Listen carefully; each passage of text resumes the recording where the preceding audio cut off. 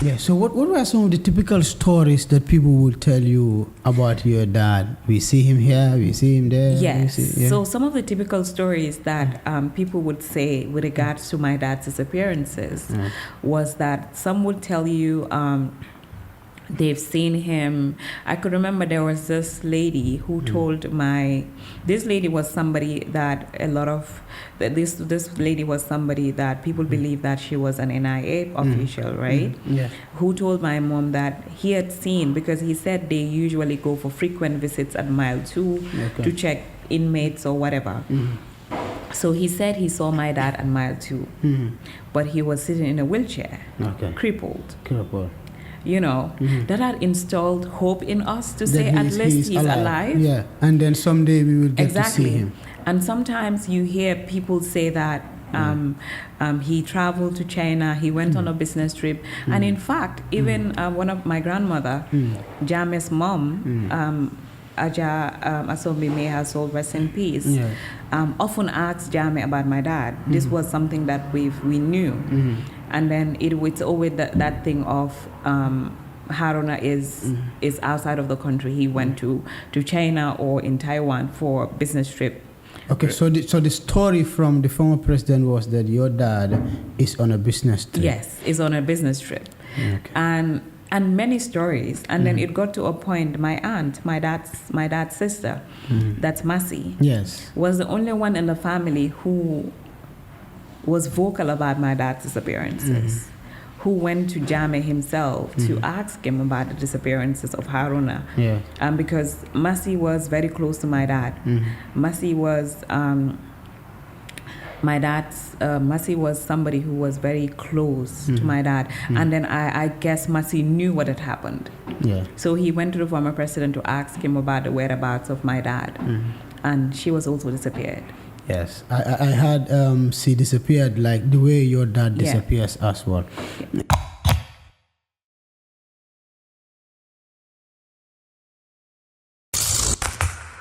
Assalamu alaikum baringolu ngal kontong ko lansinal bismillah na podcast to janga menke podcast menga fa favorama. Today we're going to have an interesting discussion, but a discussion that will also give you an idea into the repression that goes through, that we had during the Jammeh regime. And there's no other person to discuss this better than my guest. Welcome to Fabrama, Isha. Thank you. Should I say Fabrama or should I say Frings? Ibrahima, Frings. I know my classmate or whatever. Sure. Yeah, but it's a pleasure being here today to be invited by you to speak on your podcast regarding range of issues, and I'm happy to be here. Are you fasting? Of course, I'm fasting. Of course, it's Ramadan. Why not? Why wouldn't I fast? Just 3 days ago at Serakunda, I visited a Jammeh family. Really? And I was surprised that the dad was all along inside, and I suspect he might be eating. Well, anyway, I am fasting. You're Dabo, so I'm Jammeh, so you know. But anyway, we're stronger than the Dabos, so you sure? Which is good. Yeah. By the way, thank you so much. Thank you for honoring this invitation. It's a pleasure. So we're going to talk about other things, especially about the Victim Center, and maybe snippets of what happens at the Reparation Commission. But let's start with Isha. Isha, just tell us in 30 seconds. In 30 seconds. Yes. So my name is Isha Jammeh. My government name is Isha Jammeh, but I go by Isha Harun Jammeh. A lot of people know me by Isha Harun because my dad is Harun, so I decided to use my dad's name. And then also a lot of people called me as well IJ when I was going to school. I was in that was comprehensive, and a lot of people call me by IJ. Yeah. And also, I have another name, Ayaye, which is mainly my family name. A lot of people who know me, if you call me Yaye, I know that we grew up together, or you've known me from childhood. This is how everybody in my family calls me Yaye, because I, like you say, Yai, like mother. Yeah. So I was named after my grandmother, my mom's mom. So they used to call her rather Yai. Yeah. So same thing. Anybody who calls me Fabu,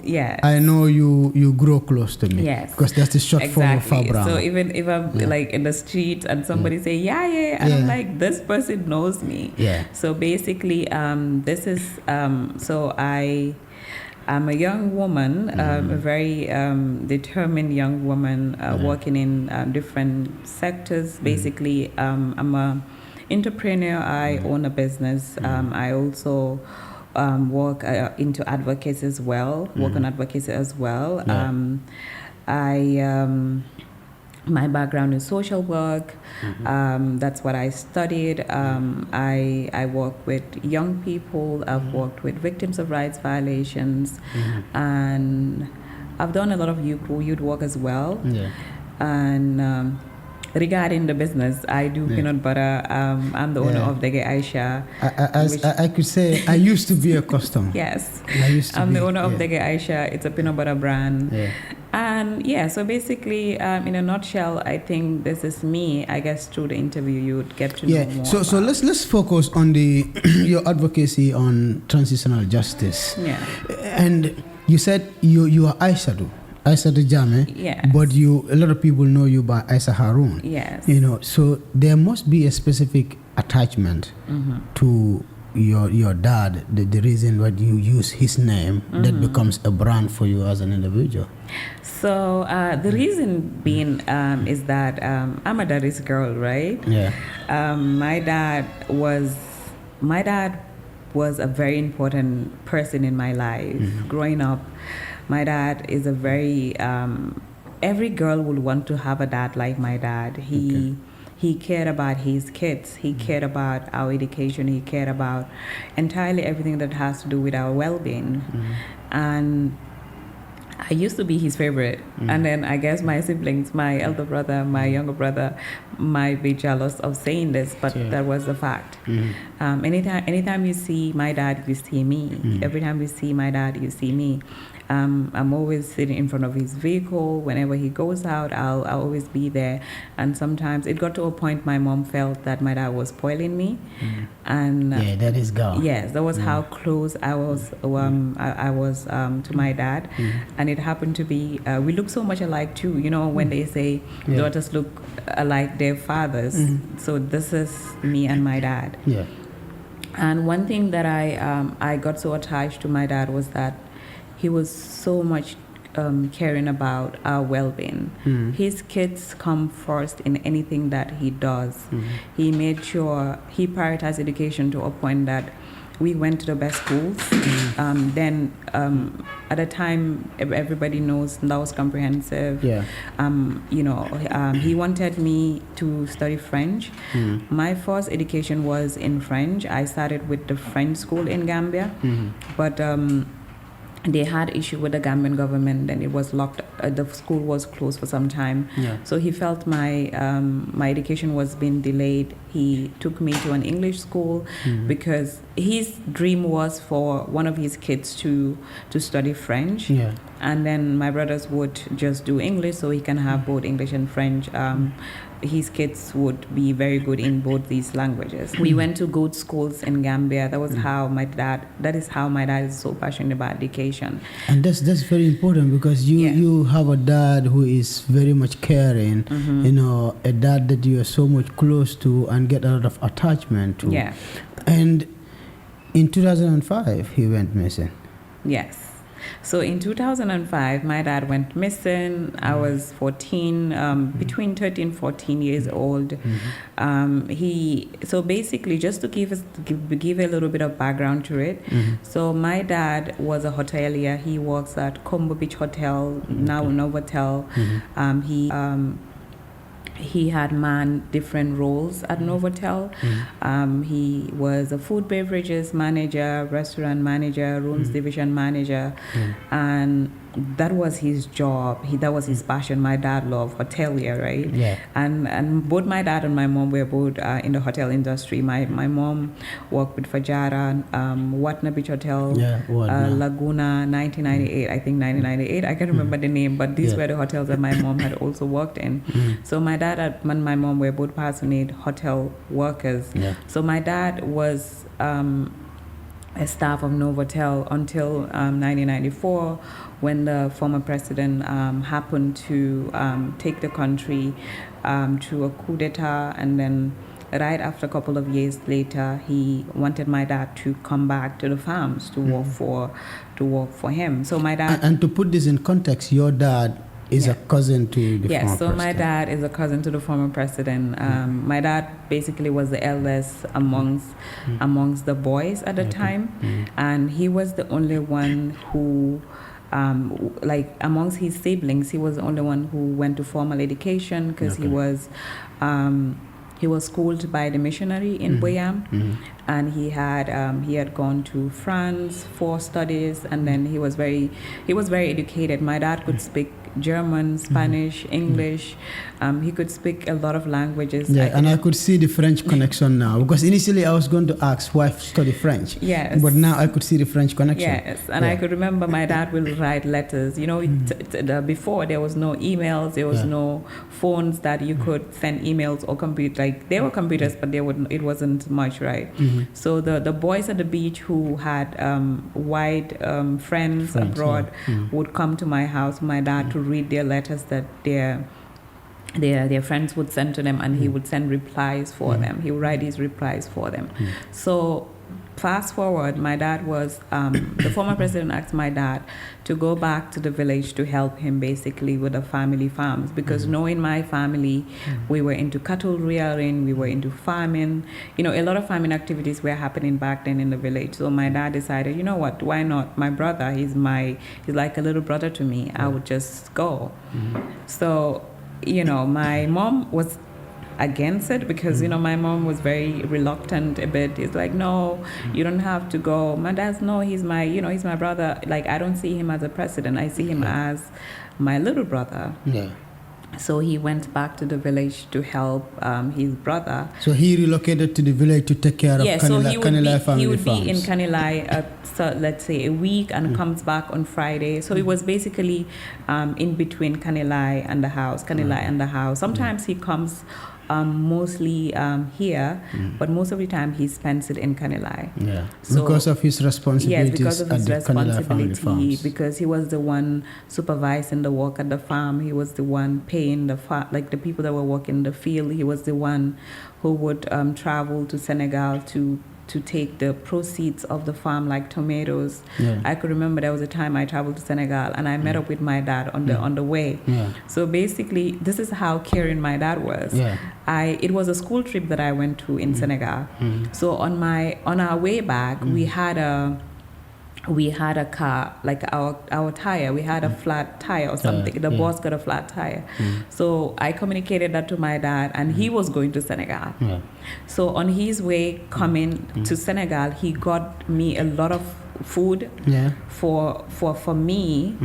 Then he told us where, because the car had a breakdown in a very remote village. It was a very small village around the Senegal region. So my dad had to bring a lot of stuff for me with other people that I was with. And then he stopped at the village. I could remember with his pickup with other people that he was with. He dropped that for us, and then he proceeded. He gave me money, and then told us to be safe and all of that. Then the affection grows, because you know daddy's love is always there. Yes, that is love. Love is always there for me. And then, so basically, he was between Kanilai and our house, but that doesn't stop him from regularly visiting our schools. He will come to our schools often until all my teachers knew. All my teachers would ask me, "Where's your dad? We have not seen him," because he made sure he comes to our school often. And he always brags about, I was an A student, right?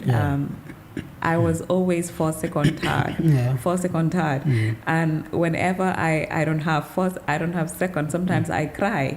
And he will tell me, no, you don't have to cry. You're still an A student, right? I remember in my class, a few days ago, I was talking to one of my friends who lives in the United States, and he was making a joke out of, it was like, your mom, time is school, so I'm going to take first and then joy. Right? So I know that feeling. You know that feeling? Definitely. So my dad made sure he follows up on all my courses that I do, all my lessons in class. He made sure, even my dad was very good in English, right?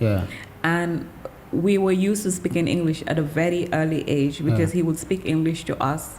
And that's reflecting in how you speak, so comfortably, so calm, so nice.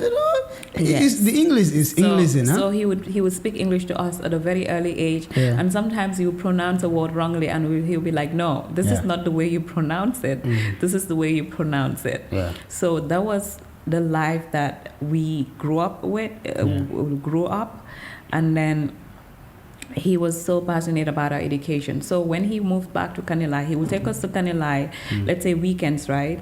Then my little brother was very young, because my little brother would be a toddler at the time. So my little brother I remember my little brother, when we go to Kanilai, he doesn't like to eat the food that will be prepared.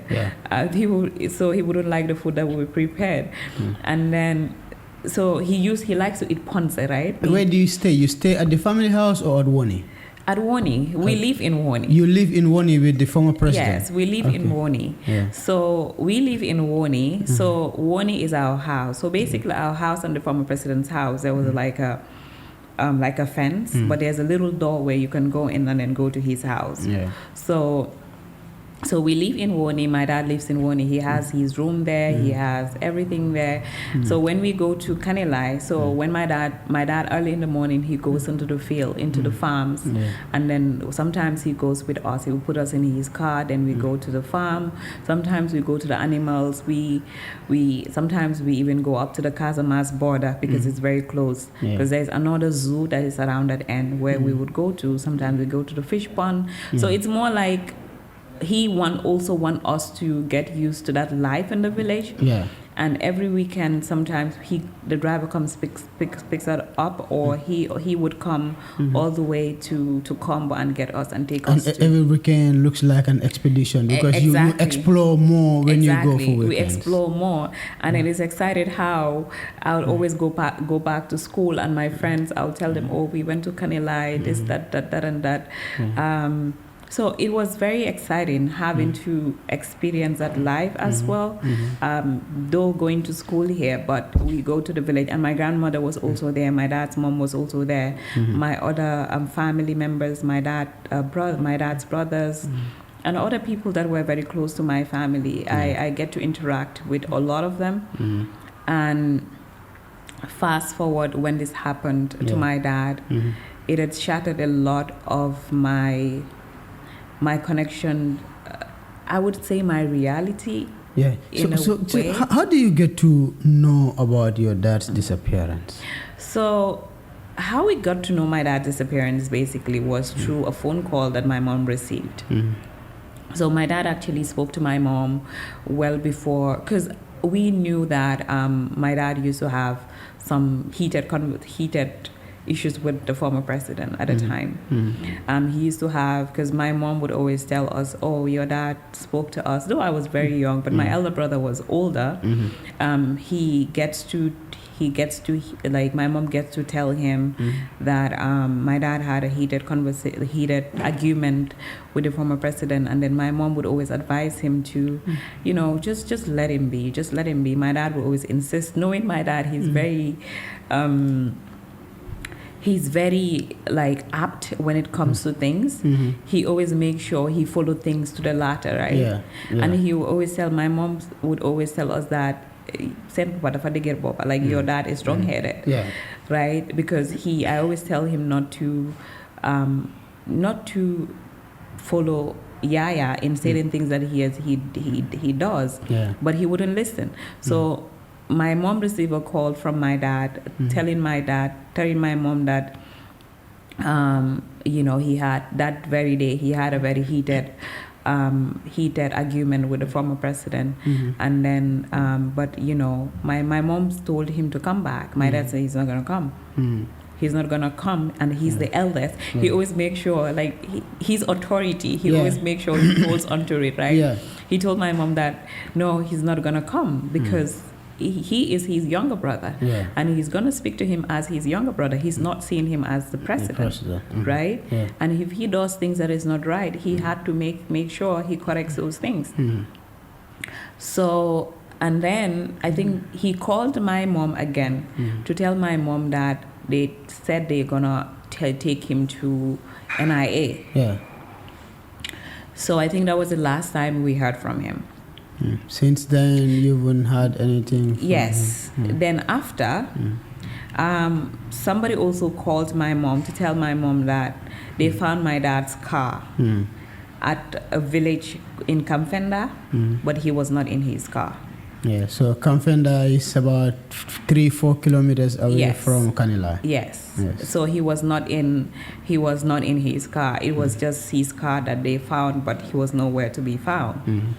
So that was how we knew that something had happened to him. But we couldn't just trace our hand on what was it. But knowing the kind of person Jammeh was, did you had this feeling that something terrible has happened? Honestly, as a young girl at a time, I wouldn't ever thought that something would have happened to my dad, something that would come from within, right? If that makes sense. Yeah. Like something that would come from within. I'll never thought anything of such would happen to him. Like I said, I was very young. Would I say I've been hearing stories about disappearances? I on top of my head I can't remember. But again, sometimes you hear people murmur things that they said that had happened. But for this thing to happen to my dad, that is very close from within. It was shocking to me. Yeah, so you were told that his car was found in Kamfenda. Yes. But he was not in his car. He was not in his car. And then you did not believe that something terrible could have happened to him, but then you want to know exactly what happened. You would not believe that something terrible had happened to him. And the family started reaching out. Yeah, because he's an elder brother to the former president. Exactly. So my family, especially my mom, did a lot of phone calls, called people to check whether my dad had come there, because my dad had a lot of people that were close to him in terms of some that are family, some that are friends, were very close to the family. Sometimes, so people would come to my mom, in fact, when my dad was in there, they would wait for my dad there. So again, when this happened, it was more like we were in disbelief. This belief in a sense that we never knew this would happen. But my mom, I think at some point, my mom was basically, because she keeps on telling my dad, because my mom knew Jammeh way well before he was president, because when he was in the military, he was very close to my dad still. He would come to my mom. Sometimes my mom would cook for him. When he's from the barracks, he would come to my mom. I remember there was a time he was admitted at the hospital. This was basically stories that my mom would tell us. He was admitted at the hospital. My mom was the one who was cooking for him, taking it to him at the hospital, right? So when this happened, it became a shock. But then you started hearing rumors, a lot of rumors being said about my dad's disappearances, that the former president was responsible. Then we started hearing names of junglers here and there. And then we're like, so as a young girl, I was confused. Right? I was confused. This was right so I was very confused like I said, it started affecting my performance in school. Yeah. So what were some of the typical stories that people would tell you about your dad? We see him here, we see him there. Yes. Yeah. So some of the typical stories that people would say with regards to my dad's disappearances was that some would tell you they've seen him. I could remember there was this lady who told this lady was somebody that this lady was somebody that people believe that she was an NIA official, right? Yeah. Who told my mom that he had seen, because he said they usually go for frequent visits at mile 2 to check inmates or whatever. So he said he saw my dad at mile 2, but he was sitting in a wheelchair, crippled. You know, that had installed hope in us to say at least he's alive. Yeah, and then someday we will get to see him. And sometimes you hear people say that he traveled to China, he went on a business trip. And in fact, even one of my grandmother, Jammeh's mom, Aja Asombi, may her soul rest in peace, often asked Jammeh about my dad. This was something that we knew. And then it's always that thing of Haruna is outside of the country. He went to China or in Taiwan for a business trip. Okay, so the story from the former president was that your dad is on a business trip. Yes, is on a business trip. Okay. And many stories. And then it got to a point, my aunt, my dad's sister, that's Masi, was the only one in the family who was vocal about my dad's disappearances, who went to Jammeh himself to ask him about the disappearances of Haruna. Because Masi was very close to my dad. Masi was Masi was somebody who was very close to my dad. And then I guess Masi knew what had happened. So he went to the former president to ask him about the whereabouts of my dad. And she was also disappeared. Yes, I had she disappeared like the way your dad disappears as well. You know, and at some point your grandmother was stopped from entering Woni, especially during times of prayers. Yes. So when actually do you learn that before we get to the day you learn that he is dead, stories kept coming. You know, different stories kept coming. And what happened in 2013? So what happened in 2013? Like I said, stories keep coming here and there. You know, going to school. You know, as you go to school. Eventually, I start to my grade 9. I you know, all that struggles of, you know, when you used to have everything being, you know, easy for you as a child, and all of a sudden it's like this, right?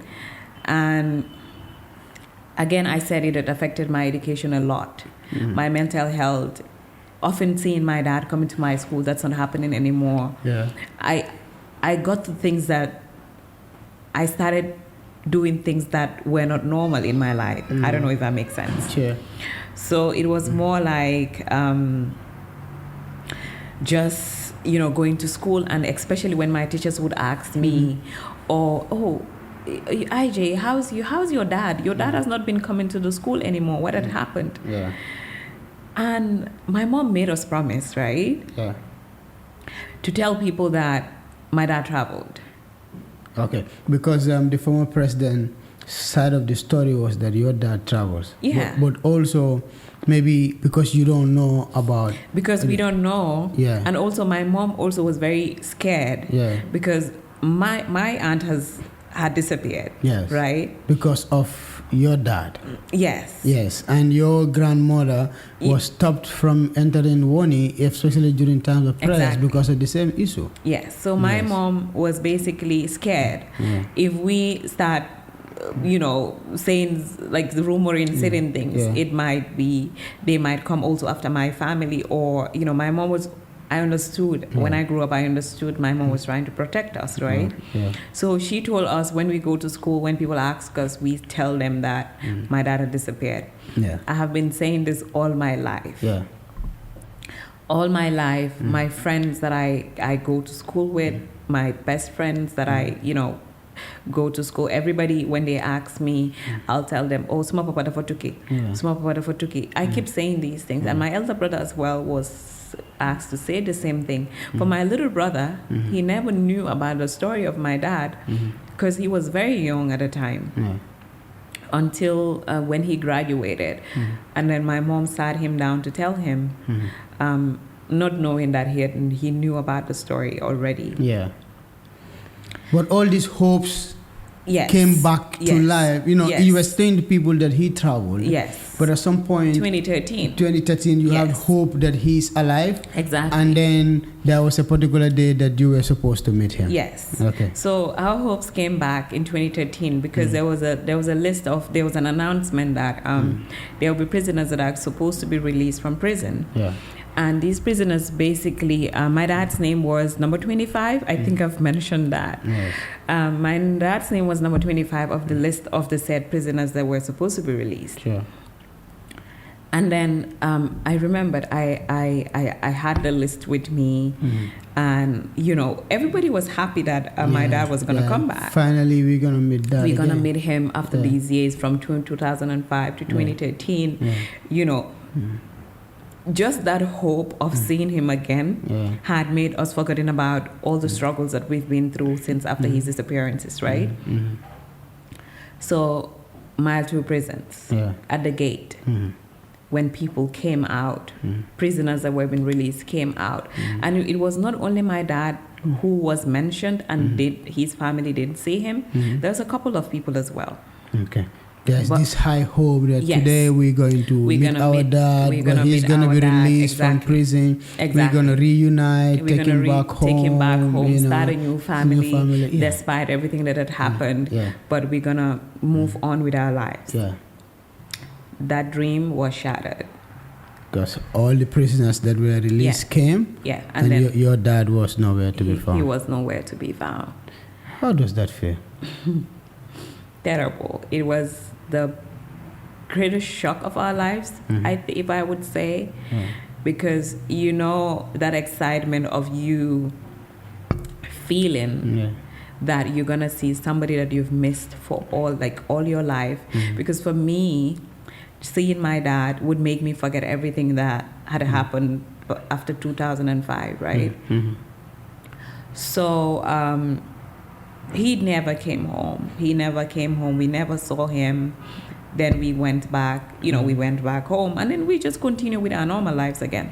Yeah, but with more trauma. With more trauma, with more living in denial, not being able to go back to Kanilai.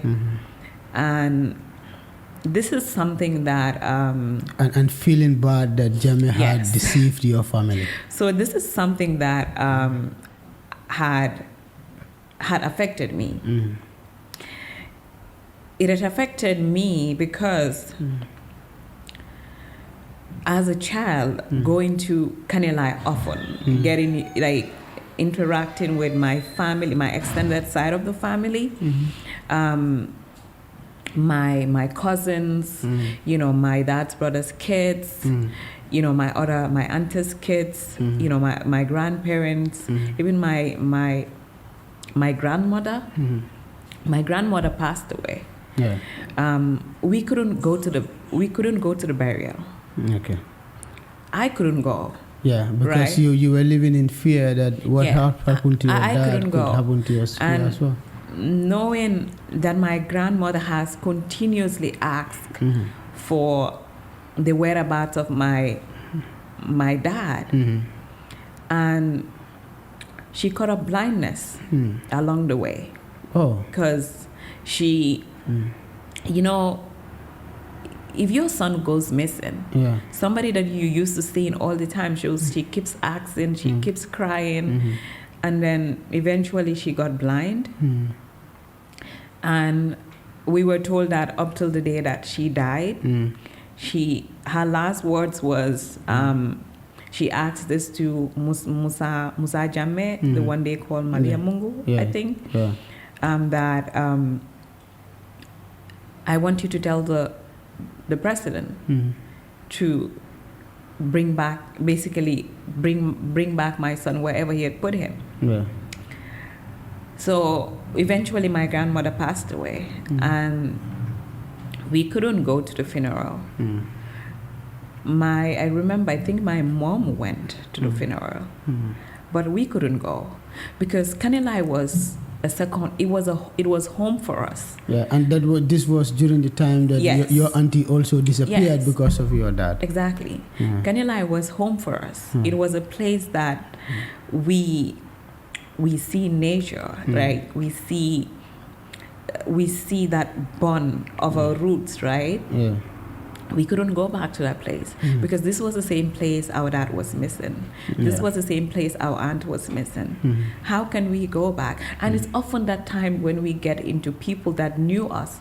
It's always that thing of, oh, Ndesan, Yes, yeah. you know, that sympathy. Yeah. And for me, I don't want anybody to tell me Ndesan for the fact that my dad was missing, Yeah. right?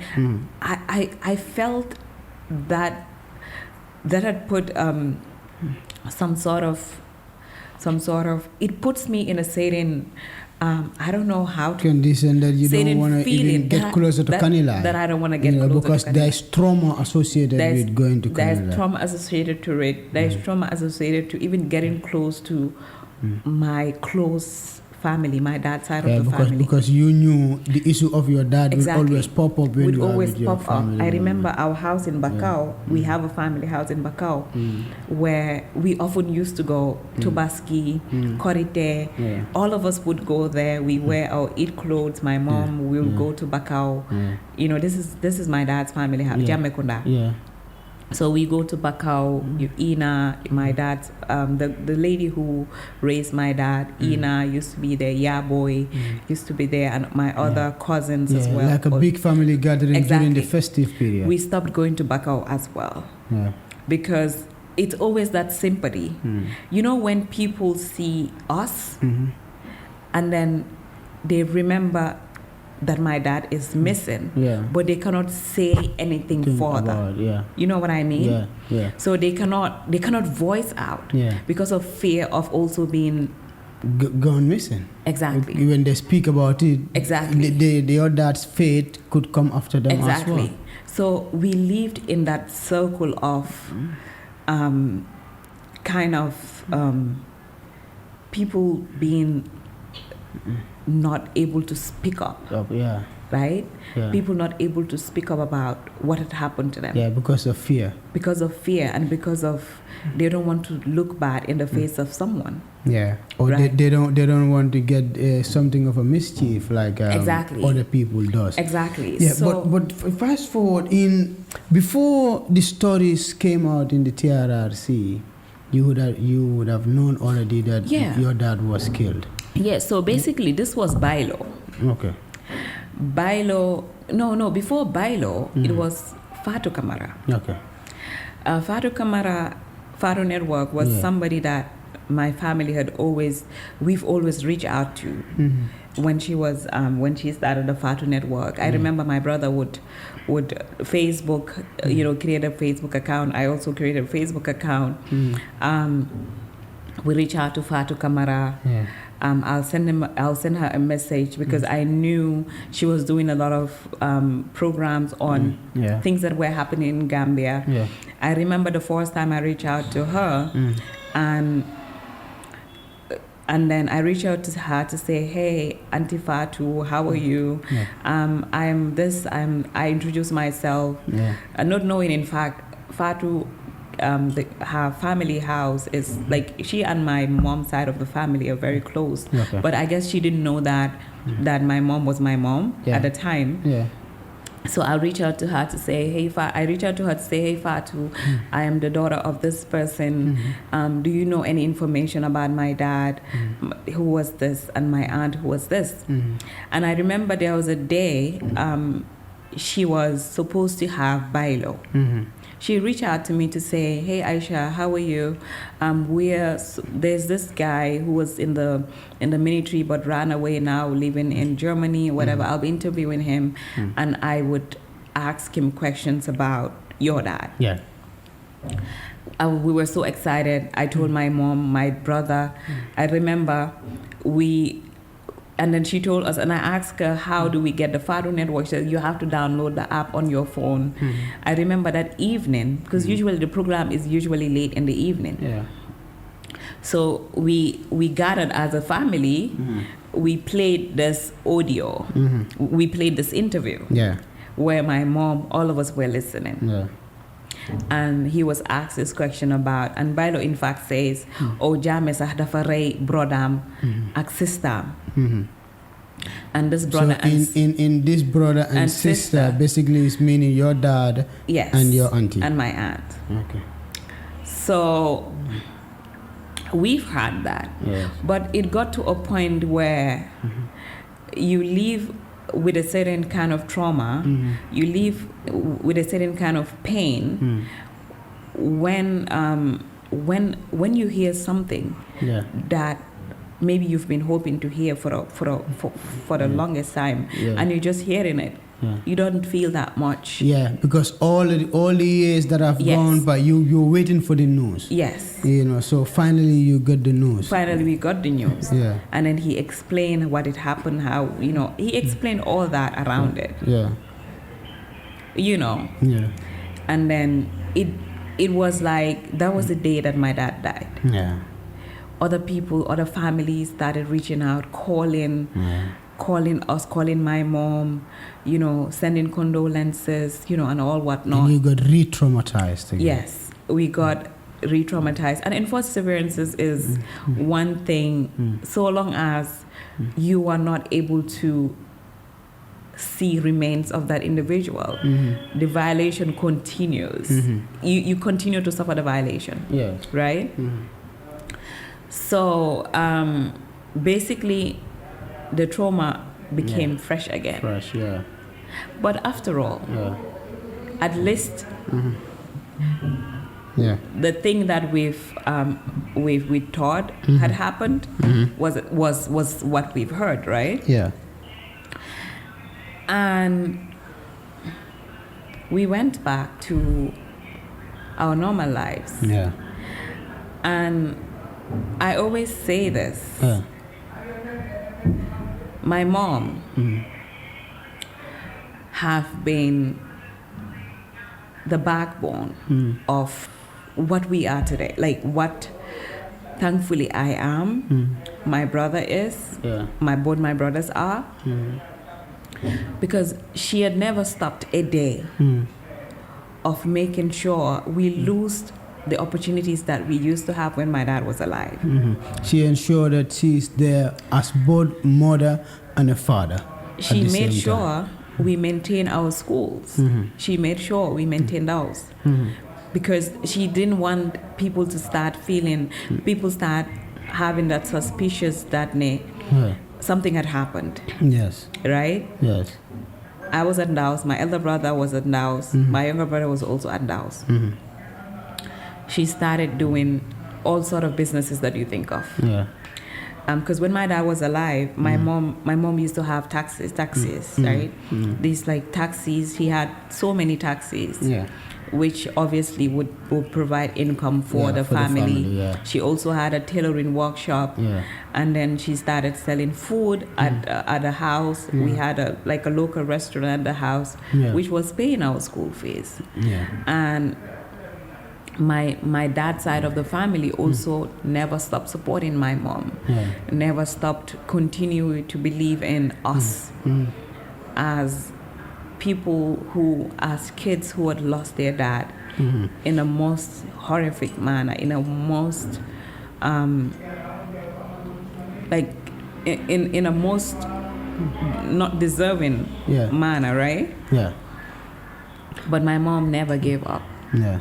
She has to be there for all of you. She never remarried. Yeah. For the respect of your dad. She never remarried. She made sure we had everything. Yeah. And I always say that my life could have been anything, right? Because at a young age, having everything that you wished for, right, as a child, and all of a sudden you don't have it anymore. Yeah, that's Right? It's something that could cause a lot of trauma. But I think you could be more traumatized during the TRRC too, because Yes. I think in Malik Jada's interview, your dad issue came up, And Oya. yes, Oya and Malik Jada explained how your dad was picked up, and you know, how does that feel?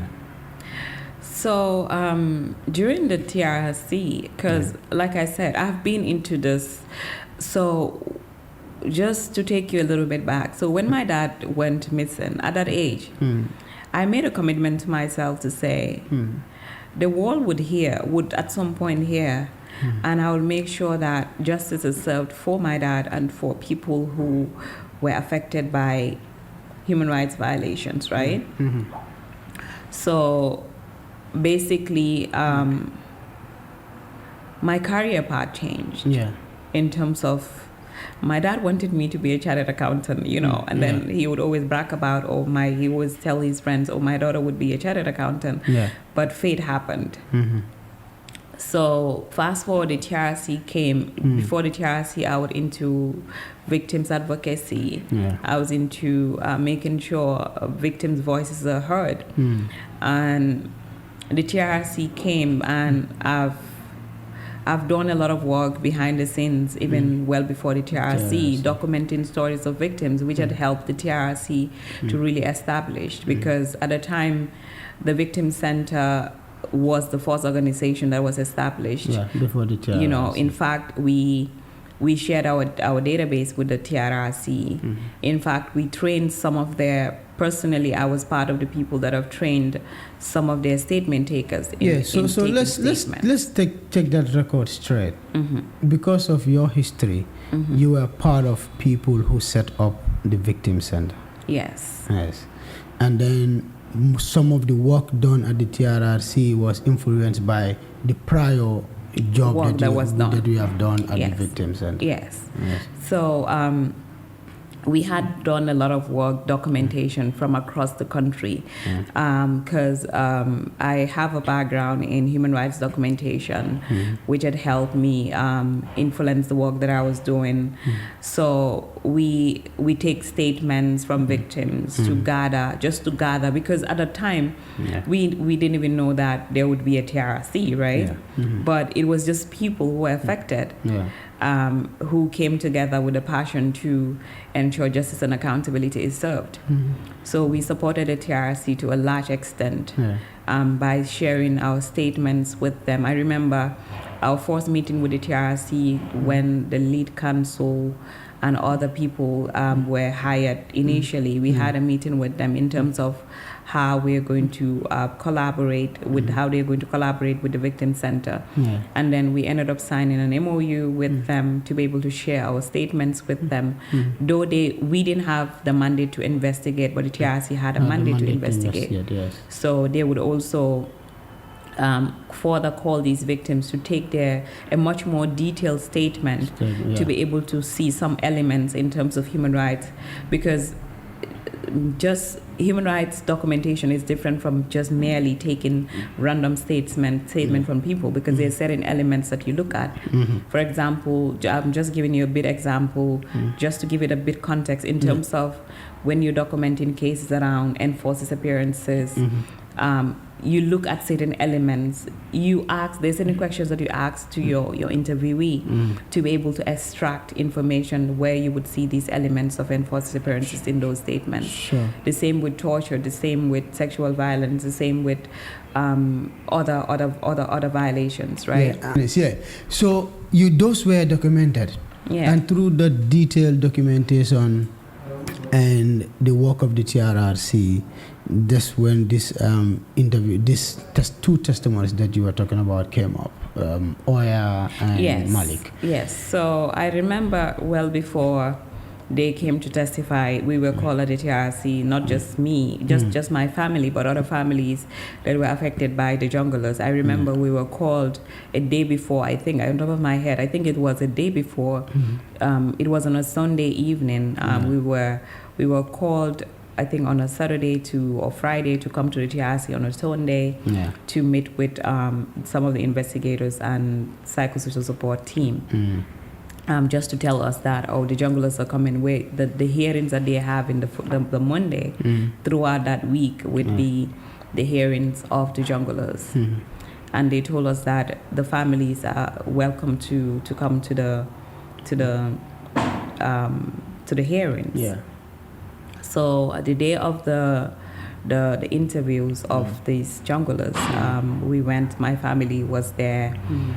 We all went. For me, I always say that, I've already had that. My dad was dead, and I heard how he was killed, which was narrated by Bailo. So maybe I wouldn't, it wouldn't do anything to me when I hear somebody saying it. Yeah. But I was wrong. So we went to the hall the day that Oya was testifying. Yeah. He was asked by the lead counsel about my dad. And he was asked again repeatedly, how did you kill? Which other operations were you part of? He said the killing of Haruna Jammeh. And he explained explicitly how it happened. I couldn't hold my tears because Oya was somebody who my dad had helped. Even despite that, I don't think any human being deserved to be treated that way.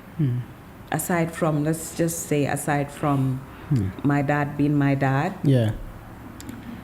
any human being, not even a human being, anyone, even an animal, doesn't deserve to be treated that way. So you broke down during Oya's interview, Oya's testimony. Yes. Any human being doesn't deserve to be treated in that inhuman, degrading manner. Because Oya was someone, you've heard from him when he asked, when he was asked, you eat in his house? He said yes. Yes. You go to him for help? He said yes. That alone broke my heart.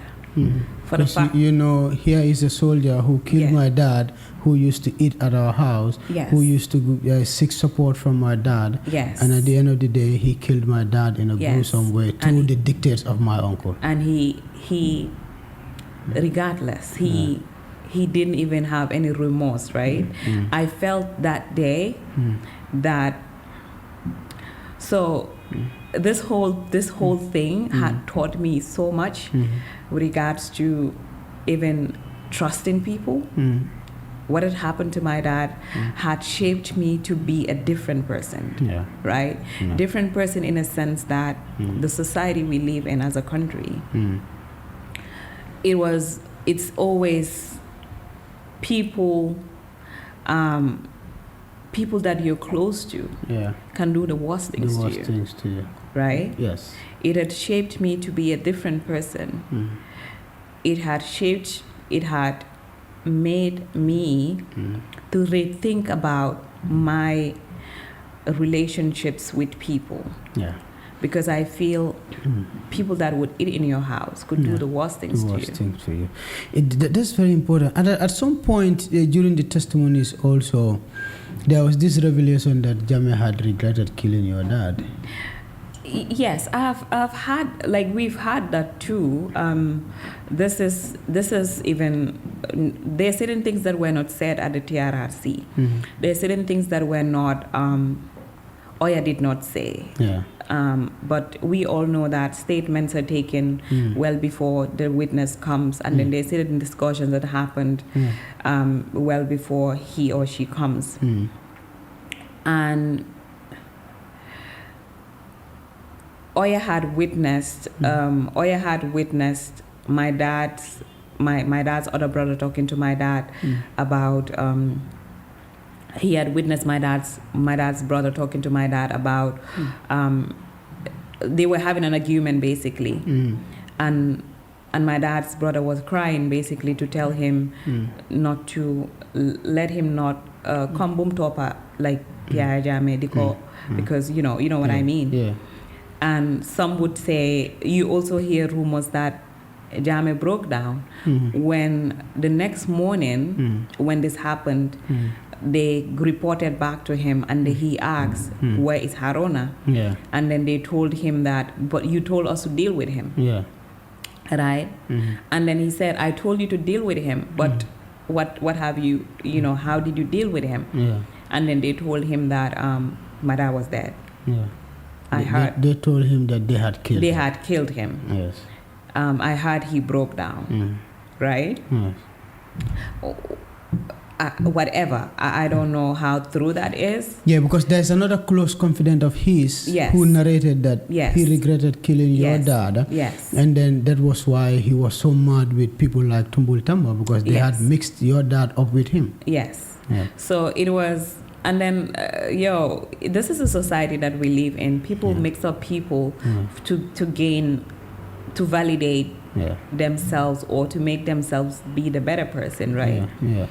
And the TRRC did not just show us that, but in our daily lives, you see these things, right? And for me, that day, it was a day my dad passed away. Yeah, the day at TRRC. The day at the TRRC. Yes. I have thousands of messages in my phone. I have tons of calls to the extent of I just want to leave this world. I remember I went to Cape Point Beach. Yeah. Cape Point Beach, it has a lot of stones. Yeah. I went and sat on those stones. I was there up till late at night because I just didn't want to go home, or I just didn't want to see people because I feel that it's again people telling me Ndesan, right? Yeah. And that Ndesan is I feel when people tell me Ndesan, I'm being put in a position of people pitying me. Yeah. And I didn't want that. Yeah. That keeps you down. Yes. And you never want to be down. You want to be that strong, bold girl. Exactly. Yeah. I always want people to see me as somebody strong. Yeah. And then sometimes there's this friend, and a lot of people think that I'm strong. And I later realized that I am not strong. And I realized this when I started doing therapy, right? It has been years of me going through therapy because what I thought I was, I'm not that. Deep down, I'm the weakest person ever because I portray to be the strong person. I portray to be this person who wouldn't break down. I portray to be this person who maybe even doesn't care about my dad was disappeared or my dad was killed in this horrific manner, right? Yeah. So I realized this when I started doing therapy. I always break down during my therapy sessions, and my therapist will have to reschedule and start again because I feel that I was weak. Yes. I haven't healed from what had happened to me years ago. Yeah. So that was said, and there was this thing that caught me. Okay, and then at the family level, I don't know whether at any point you observe or you see glimpses of ambitions of such from your dad, because there was something I came across which narrated that Tumbul had told Jammeh, the former president, that your dad wanted to take over the family properties, and then for him to take over those properties, Jammeh had to die. And that is the reason, before getting to Jammeh, they wanted to kill all the animals, because at that time there was an outbreak of a disease in the farm, and a lot of cattle were dying. Yeah. And they made Jammeh believe that these cows are dying because your brother wants to get to you to eliminate you. Yeah. So at some point, do you see any ambition in your dad to say he want to take over things from Jammeh? No. My dad was the most simplest man ever, right? And when I mean my dad was so passionate with just farming. Yeah. This is what he loves doing, right? You know how he would wear his fell hat. He has this fell hat that he wears. He has this boots that he would wear. Yeah. And you see that clothes, the fataro, that traditional outfit. Yeah. That's the only thing my dad wears. And you don't think he would ever have ambition to take over all those things from them? Why would he? My dad wouldn't. If my dad wanted like to take over those things, he would. If he wanted to be in the position of power, he would have wanted to maybe we would have wanted Yaya Jammeh to make him either given him like other positions more than ministerial positions, exactly, ambassadorships and stuff like but that. My But dad, he settled at the farm. My dad loves Kanilai too. Kanilai is close to his heart, right? Because that is their home. That is, my dad had been going to Kanilai well before Jammeh became president, and I remember when Kanilai was a hamlet, right? Yeah. When Kanilai was a hamlet, but because again, my dad was the only person in the family who was successful at the time, right? Yeah. And every other time, he would buy provisions. I remember the provisions would be laying in our house. Yeah. He would buy palm oils. He would buy onions. He would buy anything you think of for it to be taken to Kanilai. And this was when Kanilai was just a hamlet. Yes. Right? And when none of these brothers, when none of these people would go back to Kanilai, this was when because my grandmother had always stayed in Kanilai, right? And even my grandfather's hut is still there. They have not demolished that hut. I think it's still there. This was when my grandparents used to live in that little hamlet, because my great grandfather were all farmers, right? Yeah, and your dad took exactly pride in that farming. Exactly, my dad took pride in that farm. Yeah. So that's very interesting. But then you pick yourself up again and say, okay, we're not going to leave all these things. We're going to be strong, but also we're going to mobilize other victims. Yeah. To make sure that we pursue justice. And then that led to the formation of the Victim Center. Yes, so basically, the formation of the Victim Center, again, fast forward 2017, Jammeh was overthrown during election. Gambia has decided... He lost the election in 2016. 2016, sorry. Gambia has decided, had been a movement that... all Gambians were a part of, and the founders of Gambia has decided would I would say they should always tap themselves on a soldier to say we've made some change with the coalition government. So that had happened. Fast forward.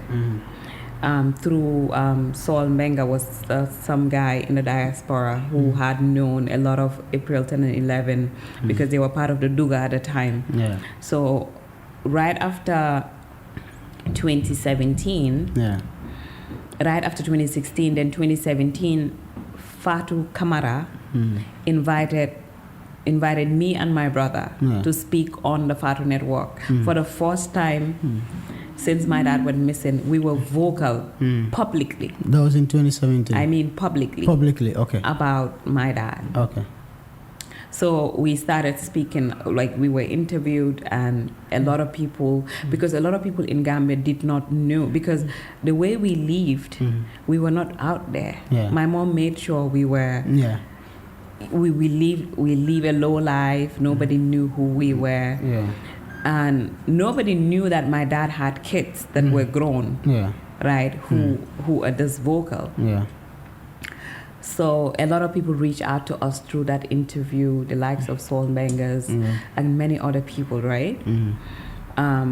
So fast forward, Saul came to Gambia, and at the time, Yamami Cisse, Alaji Mahmoud Cisse, the two Gambian Americans, also had... I think also the Juka Cisse's family. Yes, that's Juka's family. Yamami also wanted she wanted to create a sort of organization for victims to come together. So basically, it was like all of us had the same dream. And then you bring your dreams together to form Victim Center. So Jammeh basically brought that. Basically, she brought in a journalist, Mustafa, who started writing names, because Mustafa also did a lot of reporting. Mustafa Dabo? Mustafa Jallo. Oh, Mustafa at Forea. At Forea. Yes. Mustafa did a lot of stories around enforced disappearances.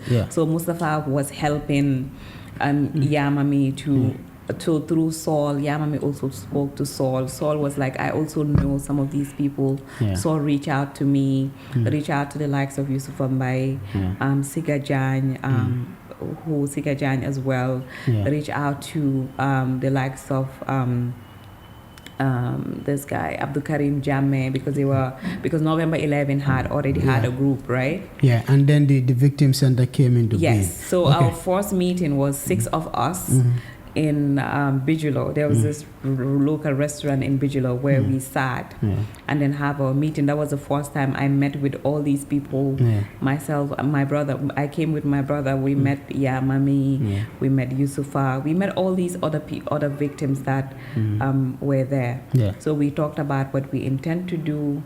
But then again, we thought of, why not open it up to other people to come in and join. So that was the formation of the Victim Center there. So we have 5 minutes to go, but we have to say this. You were victims who came together with one ambition, to ensure that there is justice and there is accountability for the human rights violations that had happened under Jammeh. Yes. But there were troubles along the way. There were rumors that you were not all together within the process.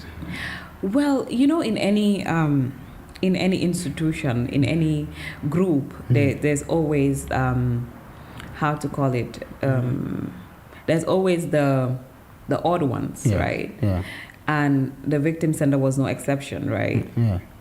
We had the odd ones, people who had other intentions that were aside from the main goal of why the center was being set up, right?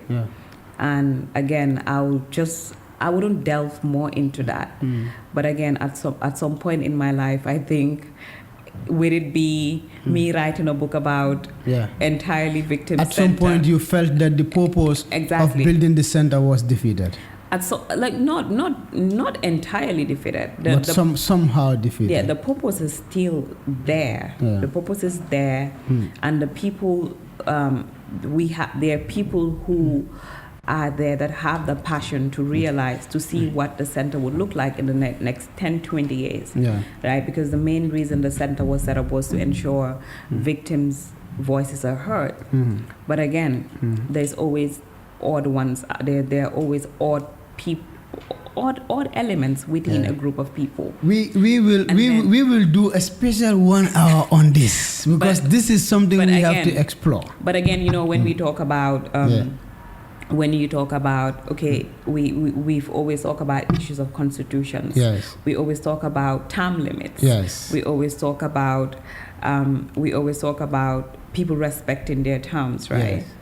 So if you have an organization that was set up to ensure justice and accountability, and you have few elements that want to do a constitutional coup d'etat, like just tampering with the constitution just to stay in power, just to entrench themselves themselves, and you were fighting against someone who did the same thing to entrench until they were victims. Yes.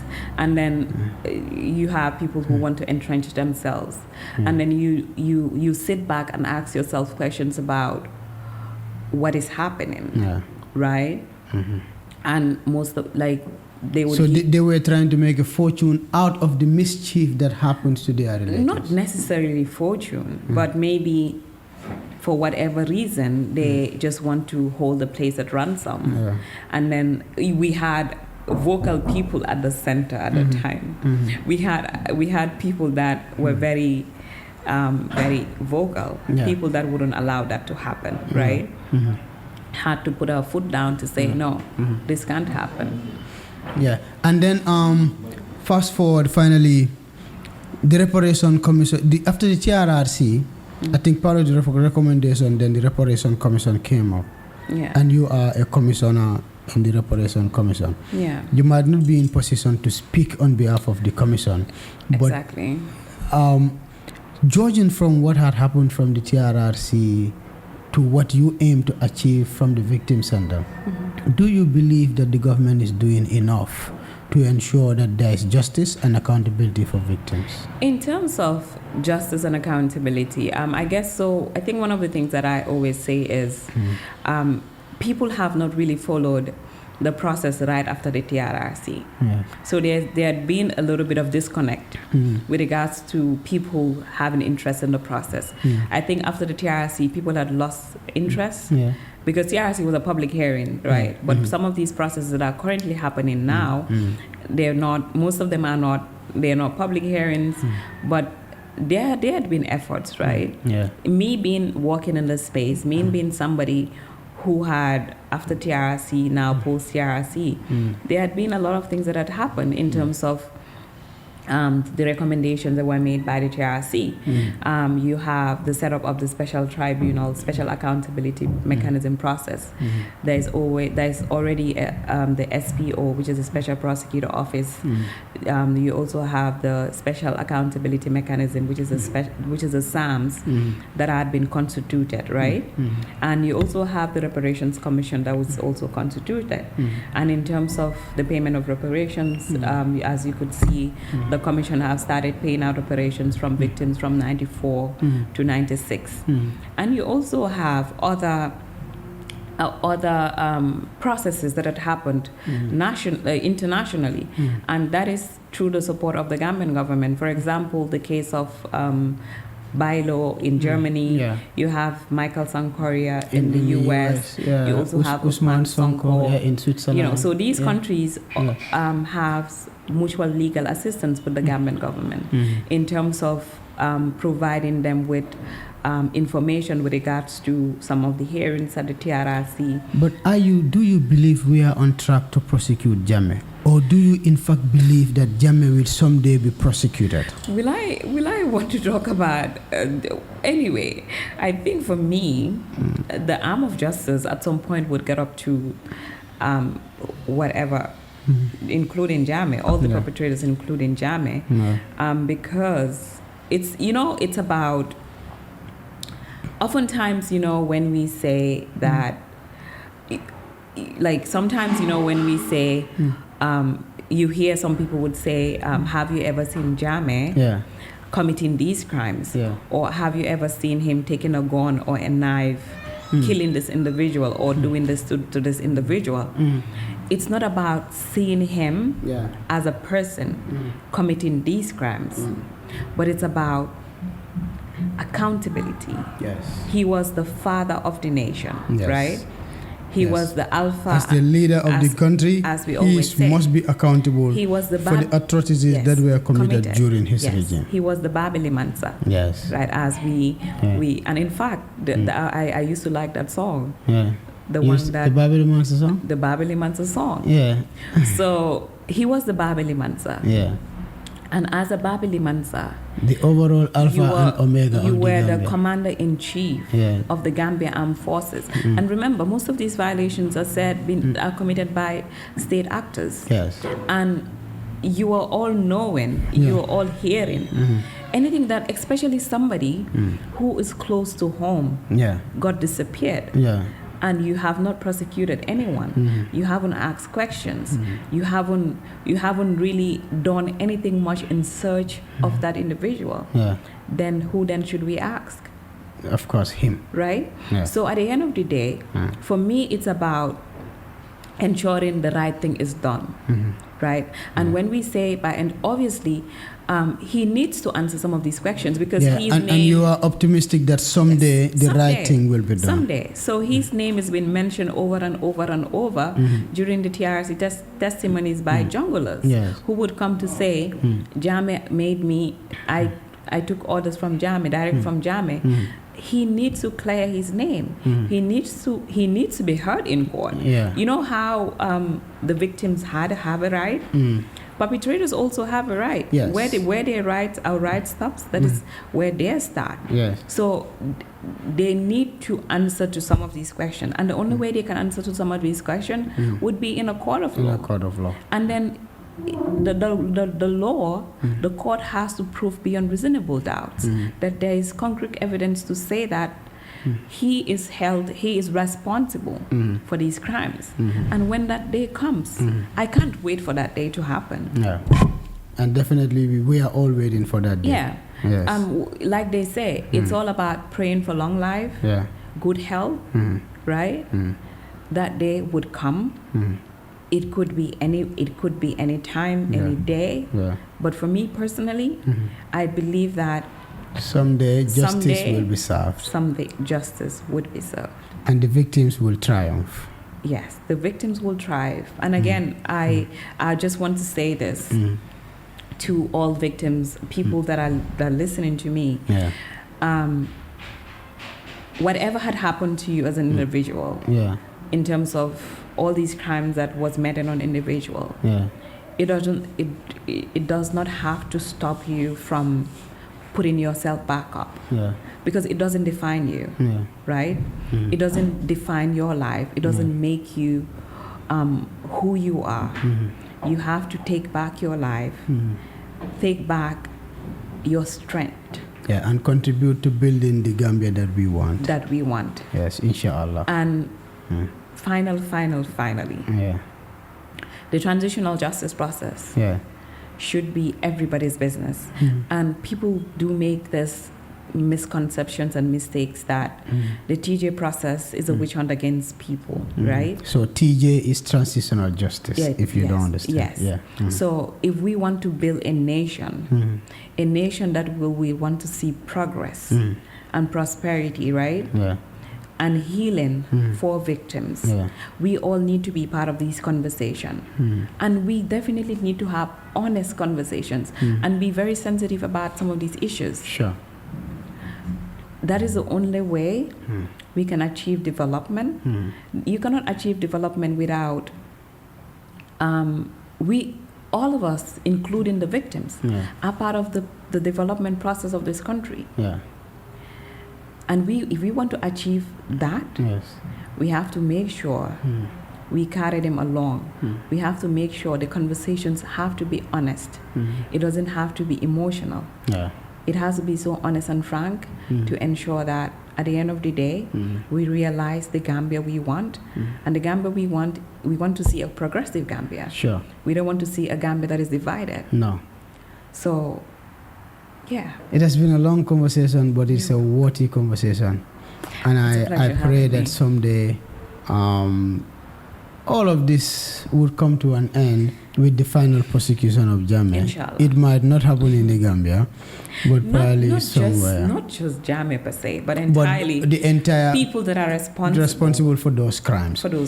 And I'm hopeful, probably, that the government will take this up. If not this government, probably the subsequent governments will take it up. I'm hopeful. Thank you so much. This is all we have for you in this episode. Ibrahim Adabo with Isha Jammeh, saying goodbye to all of you. Fani Mutranang Lokundo, Lokunala, the Ultimate Media la in podcasting a record jela to nala for podcast service la. Alsina Ultimate Media jang. Mbal tendula mbal jaila alla jubero nala lamoy roka. Ala barka.